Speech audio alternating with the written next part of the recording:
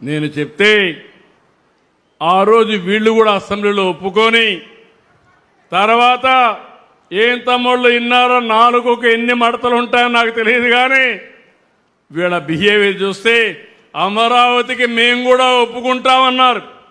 ఒప్పుకున్నారు. ఒప్పుకున్న తర్వాత అధికారం వస్తానే పేటు ఫిరాయించి 3 రాజధానులు ఏంటిని మాట్లాడారు. 5 ఏళ్ళు 3 ముక్కలాట ఆడారు. రైతులు స్ఫూర్తిదాయకంగా 29,000 మంది రైతులు 33,000 ఎకరాలు భూమి ₹1 తీసుకోకుండా ల్యాండ్ పూలింగ్లో భూమి ఇచ్చారు. అది వాళ్ళ స్ఫూర్తి. ఒక సుందరమైన నగరం తయారు చేయాలనుకున్నాం. అప్పటి నుంచి మీరు చూస్తే ఎన్ని ఆటలాడాలు ఆడి మొన్నే గవర్నమెంట్ వచ్చిన తర్వాత మళ్ళీ నరేంద్ర మోడీ గారు వచ్చి పనులు పునఃప్రారంభించారు. పునఃప్రారంభించి చూస్తే వీళ్ళకు దిక్కుదాల్చడం లేదు. అసూయ పెరిగింది. ఇప్పుడు వాటికన్ సిటీ అంట. నాకు అది అర్థమే కావడంలా. మ్యావిగన్, వాటికన్ సిటీ తరహాలో మ్యావిగన్. మీకు అర్థమైందా తమ్ముళ్ళు? మీకు అర్థమైందా మా ఆడబిడ్డలు? మ్యావిగన్. నేను అడుగుతున్నా ఇక్కడుండే వాళ్ళకి, అమరావతి కావాలన్నా రాజధానిగా? కావాలంటే చేతుల పైకెత్తండి. ఏ ఒక్క వ్యక్తి అయినా మ్యావిగన్ సహకరిస్తారా అని మిమ్మల్ని అడుగుతున్నా. మళ్ళీ 3 ముక్కలాట కావాలన్నా అని మిమ్మల్ని అడుగుతున్నా. రాజధానిని విధ్వంసం చేసుకుంటావా అని మిమ్మల్ని అడుగుతున్నా. ఒక వ్యక్తికి ఇల్లు ముఖ్యం, రాష్ట్ర సమాజానికి రాజధాని ముఖ్యం. ఈరోజు తెలంగాణ ఉంది, హైదరాబాద్ మా రాజధాని అంటారు. కర్ణాటక ఉంది, బెంగళూరు మా రాజధాని అంటారు గర్వంగా. మొన్నటి వరకు అది కూడా చెప్పుకోలేకపోయాం. ఇప్పుడు మాట్లాడుతున్నారు, డబ్బులు ఎక్కువ ఖర్చు పెడుతున్నారని మాట్లాడతారు. సన్నాయి నొక్కులు నొక్కుతారు. ఎవరైనా భూమి ఇస్తామంటే ఇవ్వనీయకుండా అడ్డంకులు సృష్టిస్తారు. ఎన్ని అడ్డంకులు సృష్టించినా నేను ఎక్కడా రాజీ పడను. రేపే మీరు చూస్తే 13వ తారీఖున రాజమార్గం యాక్సెస్ రోడ్డు, ఫస్ట్ రోడ్డు రాజధానిలో వస్తా ఉందని మీ అందరికీ హామీ ఇస్తున్నా.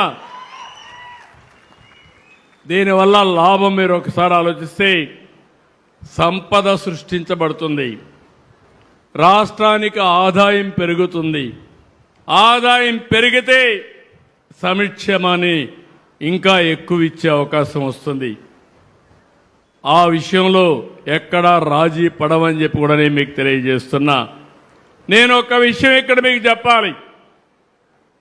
నేను రాజకీయాలు మాట్లాడకూడదు అనుకుంటున్నాను, కానీ అవతల పార్టీ చేసే అరాచకాలు మీకు చెప్పకపోతే మీరేమనుకుంటారంటే వాళ్ళు చేసేటన్ని బాగానే ఉన్నాయి, పర్వాలేదు అనే పరిస్థితికి మీరు వస్తారు. అది సమాజానికి చాలా ప్రమాదం. మీరు చూస్తే రాష్ట్రానికి పోయిన ఇమేజ్ మళ్ళా తీసుకొచ్చి ఆంధ్రప్రదేశ్ బ్రాండ్ని కాపాడుతున్నాం. వీళ్ళు చేసే పనుల వల్ల రాష్ట్రానికి మళ్ళీ బ్యాడ్ ఇమేజ్ వచ్చే పరిస్థితి వస్తూ ఉంది. మీరు ఒక్క విషయం నేను చెప్పాను, డిఎస్సి నేను మొదటి సంతకం పెట్టాను. ఎన్నికల ముందు చెప్పాను, ఒకే మాట చెప్పాను, 16,000 ఉద్యోగాలు, ₹1 అవినీతి లేకుండా మీకు రిక్రూట్ చేసే బాధ్యత నేను తీసుకుంటానని ఆ రోజు చాలా స్పష్టంగా హామీ ఇచ్చాను. అవునా కాదని అడుగుతున్నా. అయిన తర్వాత 300 పైన కేసులు వేశారు. ఉద్యోగాలు ఇవ్వడానికి వీలు లేదని, రిక్రూట్మెంట్ చేయడానికి వీలు లేదని అవన్నీ అధిగమించాం. సంవత్సరంలో డిఎస్సి పెట్టి, ఇంటర్వ్యూలు పెట్టి, అందరినీ పిలిపించి కుటుంబాలతో సహా 16,000 కుటుంబాలు పిలిపించి వాళ్లకు నియామక పత్రాలు అందజేశాం. 1 ఇయర్ అయింది. ఉద్యోగాలు చేస్తున్నారు, పిల్లలకు బాగా చదువు చెప్తున్నారు. నిన్న మొన్న వీళ్ళు వచ్చి మళ్ళా అవినీతి జరిగిందని పేపర్ లీక్ అయిన మాట్లాడే పరిస్థితికి వచ్చారు. ఇంతవరకు ఒక్కరు కూడా బయట వాళ్ళు చెప్పలేదు. ఎవరు రాజకీయం చేశారంటే గొడ్డలి పార్టీ రాజకీయం చేసే పరిస్థితికి వచ్చారు. ఆ విషయం మీరు గుర్తుపెట్టుకోవాలి. దీనిపైన కోర్టుకు వెళ్ళారు. కోర్టు మళ్ళా చీవాట్లు పెట్టింది, కొట్టేసింది. కానీ ఇప్పుడు కూడా ధర్నాలు చేస్తారు. ధర్నాలు చేసే వీళ్ళు చేసే పనులు మీరు చూస్తే ప్రజలకు ఇబ్బంది కలిగించాలని ప్రయత్నం చేస్తున్నారు. ఒక తరాన్ని నాశనం చేశారు. ఇంకొక పక్క ఇప్పుడు జంజీ అని మాట్లాడతారు. వీళ్ళు జంజీ కాదు, గొడ్డలి జే. జగన్మోహన్ రెడ్డి గొడ్డలి. నేను ఒకటే చెప్తున్నా, మీరు చేసే అరాచకాల్ని ఎట్టి పరిస్థితుల్లో ఉపేక్షించే సమస్య లేదు. ప్రజల బాగోగుల కోసం ఈ ప్రభుత్వం అవసరమైతే కఠిన చర్యలు కూడా తీసుకుంటారని మరొక్కసారి మీ అందరికీ హామీ ఇస్తున్నా. ఇది ఒక్కటే కాదు, గంజాయి బ్యాచ్, బ్లేడ్ బ్యాచ్, నేరాలు ఘోరాలు చేసే వ్యక్తులందరినీ ప్రోత్సహిస్తారు. మొన్న మీరు చూడండి, ఒక మాజీ మంత్రి, సమాజానికి హితం చెప్పవలసిన వ్యక్తి కొడుకు యాక్సిడెంట్ చేశాడు. చేస్తే ఏం చేయాలి? చనిపోయిన వ్యక్తిని హాస్పిటల్ తీసుకుపోవాలని లేదా అని మిమ్మల్ని అడుగుతున్నాను. బాధ్యత కలిగిన వ్యక్తి అయితే నేరుగా తన హాస్పిటల్కి తీసుకెళ్ళి ముందు ట్రీట్మెంట్ ఇప్పించి బతికిచ్చే అవకాశం ఉంటే బతికించాలి. అది చేయలేదు. మాజీ మంత్రి ఇమ్మీడియట్గా వెళ్ళి వాళ్ళ తండ్రి కాబట్టి ఆ కొడుకు కేసు మాఫీ చేయడానికి వేరే వాళ్ళపైన కేసు పెట్టించాడు. వేరే వాళ్ళపైన కేసు పెట్టి ఈ కేసు మాఫీ చేసుకున్నారు. ఇప్పుడు రాష్ట్రం అంతా సీసీటీవీ కెమెరాలు పెట్టాను. ఎవడైనా దొంగతనం చేసినా, నేరాలు ఘోరాలు చేసినా కబద్దార్, 3వ నేత్రం మీ వెంటనే ఉంటుంది. ఎవరు తప్పించుకోలేరు. అందులో మొత్తం వచ్చాయి. వస్తే ఈయన అంటాడు, చాలా చిన్న పిల్లోడు చంపేశాడు, ఏమవుతుందని మాట్లాడతాడు. గొర్రెల కాపరి చనిపోయాడు. చనిపోతే 44 ఏళ్ళు చనిపోయాడు. దానికి పెద్ద సమస్య ఏంటంటాడు. మీరు ఒక్కసారి ఆలోచించుకోవాలి. మానవత్వం ఉండాలి, మనుషుల్లో ఆలోచన విధానం ఉండాలి. మొన్న దానిపైన చూడడానికి పోయి రోడ్డంతా స్తంభింపజేస్తూ వెళ్ళారు. విశాఖపట్నం నుంచి 1 గంట జర్నీ, 7 గంటలు వెళ్ళారు. అక్కడ ఒక పోలీస్ ఆఫీసర్, ఒక మహిళ, ప్రజలను కాపాడవలసిన మహిళ, కాకి బట్టలు వేసుకున్న మహిళ. గవర్నమెంట్ వీరికైతే ఒక వెపన్ కూడా ఇస్తారు. వాళ్ళ ఆత్మరక్షణకే కాకుండా ప్రజల్ని కాపాడడానికి అలాంటి మహిళ పట్ల అసభ్యంగా ప్రవర్తిస్తారు. మనుషులు మామూలుగానే మహిళను ఎవరన్నా టచ్ చేస్తే మనం అందరం కూడా చాలా కోప్పడతాం. అవునా కాదా అని అడుగుతున్నా. వెకిలి చేష్టలు చేస్తారు, ఇష్టానుసారంగా చేస్తారు. కడానావిడిని మాప్ చేసేసి ఇష్టానుసారంగా అసభ్యంగా ప్రవర్తిస్తే కనీసం కండెం చేసే పరిస్థితి లేకుండా పోయింది. నేను అడుగుతున్నా మిమ్మల్ని, పోలీస్ ఆఫీసర్కి, మహిళా పోలీస్ ఆఫీసర్కే రక్షణ లేకపోతే మీకు రక్షణ ఉంటుందా? మహిళలు మీరే ఆలోచించమని కోరుతున్నా. మీకు రక్షణ కావాలన్నా లేదా అని అడుగుతున్నా. గంజాయి బ్యాచ్ కానీ, రౌడీలు కానీ రెచ్చిపోతే మిమ్మల్ని కాపాడడానికి ఎవరుంటారని అడుగుతున్నా.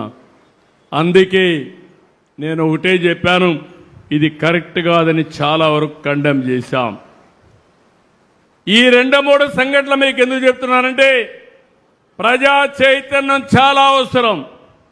నిన్న పొగాకు రైతుల మీద ఎక్కడైతే వెస్ట్ గోదావరి జిల్లాకి వెళ్ళారు, ఏలూరు జిల్లాకి వెళ్ళారు, ఏలూరు జిల్లాకి వెళ్తే నాకైతే ఆశ్చర్యం. ఈరోజు మీ అందరికి అభిమానం ఉంది, వచ్చారు. ఇప్పుడు ఎన్నికలు పెడితే చీరాలలో మొన్నటి కంటే ఎక్కువ మెజారిటీ ఓట్లు ఇవ్వడానికి సిద్ధంగా ఉన్నారు. రాష్ట్రంలో కూడా ఈ పరిస్థితే. ఇలాంటి సమయంలో ఒక పర్యటన పెడతారు, పేరు పొగాకు రైతుల కోసం, చేసేది రౌడీజం. ఎక్కడికక్కడ రప్ప అంటూ రోడ్డు మీదకి వస్తారు. వస్తే పర్వాలేదు, బ్రాందీ షాపుల్లో తాగిస్తారు. తాగిన వాడికి ఒళ్ళు పైన తెలియదు, బట్టలిప్పేసి రోడ్డు పైనే ఎగరతాడు. ఏంటి ఈ అరాచకం? ఒక రాజకీయ పార్టీ నాయకుడికి ఉండవలసిన లక్షణాలు ఉన్నాయని మిమ్మల్ని అడుగుతున్నా. ఇది న్యాయమాన మిమ్మల్ని అడుగుతున్నా. ఈ ప్రభుత్వం కానీ చర్యలు తీసుకోకపోతే ఎవరికి రక్షణ ఈ రాష్ట్రంలో ఉంటుందని అడుగుతున్నా. వచ్చిన బ్యాచ్ పోయి టొబాకో ప్లాట్ఫామ్ మీద టొబాకో మొత్తం దొక్కేస్తారు, పొగాకు మొత్తం దొక్కేస్తారు. రైతులు కుయ్యో మొర్రో అంటే పట్టించుకునే పరిస్థితి లేదు. తాగిన వాళ్ళు పోయి ఒక షాప్ మీద పడి ఒక హోటల్ని ధ్వంసం చేస్తారు. ఈరోజు చూశాను, వీళ్ళు ఇష్టానుసారంగా తోచుకొని పోతే ఒక అతను హాస్పిటల్లో అడ్మిట్ అయి ఈరోజు ఆయన చనిపోయాడు. ఎందుకు నేను ఈ విషయాలు చెప్తున్నానంటే, లా అండ్ ఆర్డర్ కాపాడవలసిన రాజకీయ పార్టీలు, సభ్యతగా ప్రవర్తించవలసిన రాజకీయ పార్టీలు అసభ్యంగా ప్రవర్తించే పరిస్థితికి వస్తున్నాయి. నా జీవితంలో చాలా చూశాను. నేను ఎప్పుడున్నా సరే రాష్ట్రంలో లా అండ్ ఆర్డర్ ఉండాలి, అవునా కాదా అని మిమ్మల్ని అడుగుతున్నా. 1924 ఈ రాష్ట్రం లా అండ్ ఆర్డర్ ఉందా అని మిమ్మల్ని అడుగుతున్నా. ఈరోజు మీరు ఆనందంగా ఉన్నారా లేదా అని అడుగుతున్నా. ఉన్నారంటే గట్టిగా చప్పట్లు కొట్టి హర్షాన్ని ఆమోదం తెలియజేయండి. ఆ రోజు ఎప్పుడు పోలీసులు వస్తారో, ఎప్పుడు మన ఇంటి మీద రౌడీలు పడతారో, ఎప్పుడు మన ఆస్తులు కబ్జా చేస్తారో తెలియని పరిస్థితి. ఈరోజు ధైర్యంగా మాట్లాడమే కాకుండా ఎదుర్కొనే పరిస్థితికి వచ్చారు. ఇలాంటివన్నీ నేను చూస్తే చాలా బాధేస్తుంది. నేను తీవ్రవాదులను చూసా. నేను ఆ రోజు వాళ్ళకు కూడా చెప్పా, మీరు చేసేది తప్పని చెప్పాను.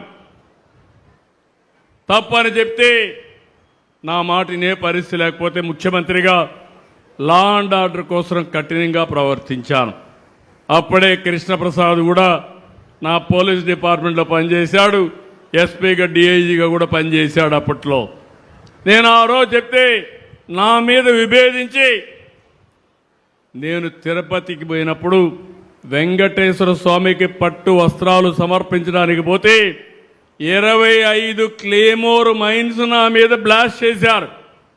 నన్ను కాపాడింది సాక్షాత్ వెంకటేశ్వర స్వామి దిగి వచ్చి నన్ను కాపాడాడు. అయినా నేను భయపడలా. దేనికోసరం? మీకు శాంతినివ్వాలని, మీ భద్రతకు పాటుపడాలని చేశా. రెండవది మీరు చూడండి, ముఠాలు, రాయలసీమలో ముఠాలు మనుషులను చంపుకోవడం అలవాటుగా మారిపోయింది. అలాంటిది ఈరోజు ఒక ప్రశాంతమైన ప్రాంతంగా ముఠాలను పూర్తిగా అణిచివేసిన పార్టీ ఈ తెలుగుదేశం పార్టీ అని మరొకసారి విజ్ఞప్తి చేస్తున్నా. ఇంకొక పక్క అనాగరికం, మత విద్వేషాలు రెచ్చగొట్టడం, ఒకరినొకరు చంపుకోవడం. 6 నెలలు హైదరాబాద్లో కర్ఫ్యూలు ఉండేటివి, అవి కూడా కంట్రోల్ చేశాం. రౌడీ అనేవాడు ఎవ్వరు కూడా సరే, మా గవర్నమెంట్లో నేను ఎప్పుడు ముఖ్యమంత్రిగా ఉన్నా మొట్టమొదటిగా రాష్ట్రంలో ఉండే రౌడీలకు వెన్నెముకలో భయపడే పరిస్థితి వస్తుంది, వణుకు పుట్టే పరిస్థితి వస్తుంది. అది చేశాం. ఇప్పుడు నాకు వచ్చిన సమస్య మీరు చెప్పాలి. మీకు మళ్ళీ మళ్ళీ కోరుతున్నా, ఇలాంటి ఎక్కడికి పోతే గొడ్డలి పార్టీ అధినేత బయటకు వస్తే అరాచకం, విధ్వంసమే. ఎవరో ఒకరు చనిపోవాలి. అది వాళ్ళ మనిషి వచ్చేవాడు కావచ్చు, రోడ్డు మీద ఉండేవాళ్ళు కావచ్చు. ఇలాంటి అరాచకాలు జరిగినప్పుడు పోలీసు వ్యవస్థకు కూడా మీరు బలం ఇవ్వాలి. పోలీసులు ఆలోచిస్తూ ఉంటారు, రాజకీయ నాయకులు కాబట్టి నేరాలు ఘోరాలు చేసినా మనం ఏం చేయలేమనే పరిస్థితికి వస్తున్నారు. అలాంటప్పుడు మీలో ఒక చైతన్యం రావాలి. వాస్తవాన్ని వాస్తవంగా చెప్పాలి, తప్పును ఖండించాలి. మీరు తప్పును ఖండించకపోతే రైట్ చేసే వారికి బలం రాదని చెప్పి కూడా నేను మీకు తెలియజేస్తున్నా. లా అండ్ ఆర్డర్ సరిగా లేకపోతే మీకు భద్రత ఉండదు. ఇంకో పక్క ఆడబిడ్డలు స్వేచ్ఛగా తిరగలేరు, ఇంకో పక్క పెట్టుబడులు రావు, రౌడీజం పెరిగిపోతుంది. దీనివల్ల సమాజంలో చాలా సమస్యలు వస్తాయి. నాగరిక ప్రపంచంలో అన్నింటికంటే ముఖ్యం శాంతి భద్రతలు అని చెప్పి కూడా నేను మీకు తెలియజేస్తున్నా. ఈ సందర్భంగా నేను ఒకటే మీ అందరినీ కోరుతున్నాను, నేను నా జీవితంలో ఎప్పుడూ రాజీ పడను. సిబిఎన్ అంటే లా అండ్ ఆర్డర్ మెయింటైన్ చేయడం ఒక ప్రత్యేకతని మరొక్కసారి మీ అందరికీ చెప్తున్నా. అయితే నాకు కూడా మీ సహకారం కావాలి. మీరు కూడా ఇలాంటి పార్టీలని ఖండించే పరిస్థితి రావాలి. వెళ్ళమనండి, ఊరూరు వెళ్ళమనండి, ఇంటింటికి వెళ్ళమనండి, వాళ్ళు చేసిన మంచి పనులుంటే చెప్పమనండి. మళ్ళా మంచి పనులు చేయగలిగితే అది కూడా చెప్పినా నాకు నష్టం లేదు. మేము ఇంటింటికి తెలుగుదేశం కింద మేము వస్తే వీళ్ళు రోడ్డు మీద రఫా అంటూ గొడ్డళ్ళు పెట్టుకొని తిరుగుతూ ఉంటే ఏం చేయాలో నాకే అర్థం కావడం లేదు.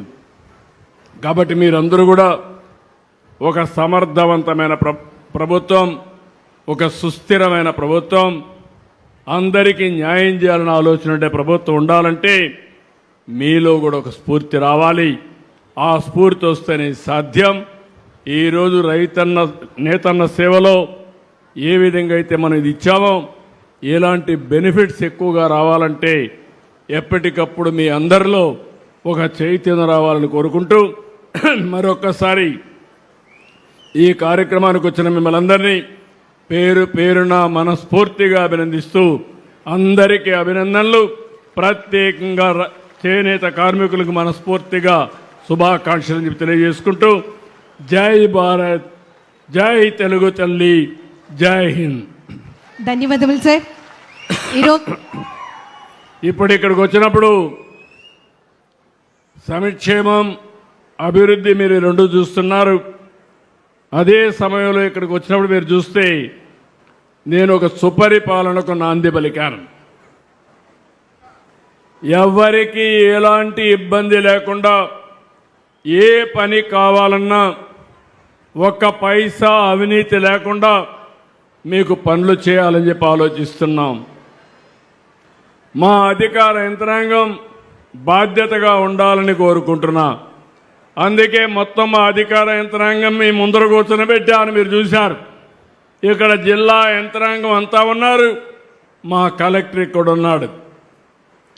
నేను మీరు చూస్తే ఇక్కడ ఉండవని అడుగుతున్నా, మీకు ప్రతిరోజు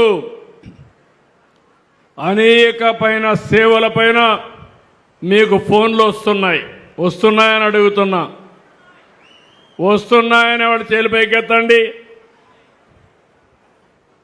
ఓకే, అందరికీ ఫోన్లు ఉన్నాయా? అందరికీ ఫోన్ నుండి చేతుల పైకెత్తండి. ఓకే, ఇప్పుడు నేను ఇక్కడ ఆలోచించేది ఫోన్ ఉంటే చాలు, మీరు ఎక్కడికి పోవాల్సిన పని లేదు. మీ ఎంఆర్ఓ ఆఫీసు మీ ఇంటి పక్కనున్నా అక్కడికి పోకుండా మీ ఇంట్లో కూర్చొని దర్జాగా ఏ పని కావాలన్నా ఆ పని చేసి పెట్టే బాధ్యత ఈ ప్రభుత్వానిదని మరొక్కసారి విజ్ఞప్తి చేస్తున్నా. అదే మాదిరిగా నేను మీ దగ్గర నుంచి ఒక పక్క డబ్బులు మీ అకౌంట్లో వేస్తున్నాం. పేదల సేవలో మాత్రం నేరుగా వచ్చి మీకు డబ్బులు ఇస్తున్నాం. ఇంకో పక్క ఇన్ కైండ్ వెల్ఫేర్ హాస్టల్స్లో భోజనం పెట్టడం, అన్నా క్యాంటీన్లో భోజనం పెట్టడం, ఫేర్ ప్రైస్ షాపులో నిత్యావసర వస్తువులు ఇవ్వడం, ఇలాంటి పనులు చేస్తున్నాం. మూడోది ప్రభుత్వ సేవలు అనేక రకాలుగా ఇస్తున్నాం. ఈరోజు ఆర్టీసీలో ప్రయాణం కానీ, ఆర్టీసీ బస్టాండ్లో వస్తువులు కానీ, ఇలాంటి అనేకమైన సర్వీసుల్ని మీకు ప్రొవైడ్ చేసే పరిస్థితి వచ్చాం. అదే మరి కొన్ని సర్టిఫికెట్లు కానీ, ఇంకో పక్క రెవెన్యూ రికార్డ్స్ కానీ, ఇవన్నీ కూడా ఇస్తున్నాం. దీనిపైన మీరు ఒక్కసారి చూస్తే నేను ఇవన్నీ కూడా ఎప్పటికప్పుడు సమీక్ష చేస్తున్నాను. ప్రతి సోమవారం ఈ ప్రజలకంతా సేవలు కరెక్ట్గా అందుతున్నాయా లేదని 2 గంటలు నేను సమీక్ష చేస్తున్నా. ఆ సమీక్ష చేసి ఎవరు ఏమనుకుంటున్నారో తెప్పించుకొని ఎక్కడన్నా తప్పులుంటే కరెక్ట్ చేసి మెరుగైన సేవలు అందిస్తున్నాం. ఈరోజు లాస్ట్ 1 ఇయర్ నుంచి ఈ డేటా అంతా నేను కలెక్ట్ చేశాను. ఇందులో మీరు చూస్తే 37 సేవలు బాపట్ల జిల్లాలో రాష్ట్రానికంటే బెటర్గా ఉన్నాయి. ఇంకొక 18 సేవలు దానికంటే తక్కువగా ఉన్నాయి, స్టేట్ యావరేజ్ కంటే తక్కువ ఉన్నాయి. ఈరోజు మీరు చూసినప్పుడు స్టేట్ అయితే 69.34% ఒక సంవత్సరం సాటిస్ఫాక్షన్ ఉంది. బాపట్ల జిల్లా 69.46, అంటే మార్జినల్గా ఇంప్రూవ్మెంట్ ఉంది. కానీ ఇప్పుడు మాత్రం రాష్ట్రంలో మీరు ఒకసారి చూస్తే 70.47 పెరిగింది. కానీ బాపట్లలో మాత్రం తగ్గింది, 68.69. అధికార యంత్రాంగం ఇక్కడే ఉన్నారు. మీరు ప్రజలు మెచ్చుకునే పరిపాలన మీరు ఇవ్వాలి, సేవలు అందించాలి. అవి అందించకపోతే మాత్రం నాకు కూడా ఆమోదయోగ్యం కాదు. బాగా చేసే వాళ్ళకి డెఫినెట్గా అండగా ఉంటా, మీ మెడలో దండేసి మిమ్మల్ని గౌరవిస్తా. బాగా చేయకపోతే మాత్రం మిమ్మల్ని వదిలిపెట్టనని మరొక్కసారి ప్రజలందరి ముందర మీకు విజ్ఞప్తి చేస్తున్నా. ఇక్కడికి వచ్చినప్పుడు నేను ఒకసారి పిలిపిస్తాను. అన్నా క్యాంటీన్ పట్టణ ప్రాంతంలో పార్ట్ హోల్స్, అంటే ఎక్కడెక్కడ గుంతల పడిన రోడ్లు కానీ, వీధి దీపాలు, మెప్మా, శానిటేషన్, డ్రింకింగ్ వాటర్, ఈ డిపార్ట్మెంట్ అందరూ రావాలి, తొందరగా రావాలి.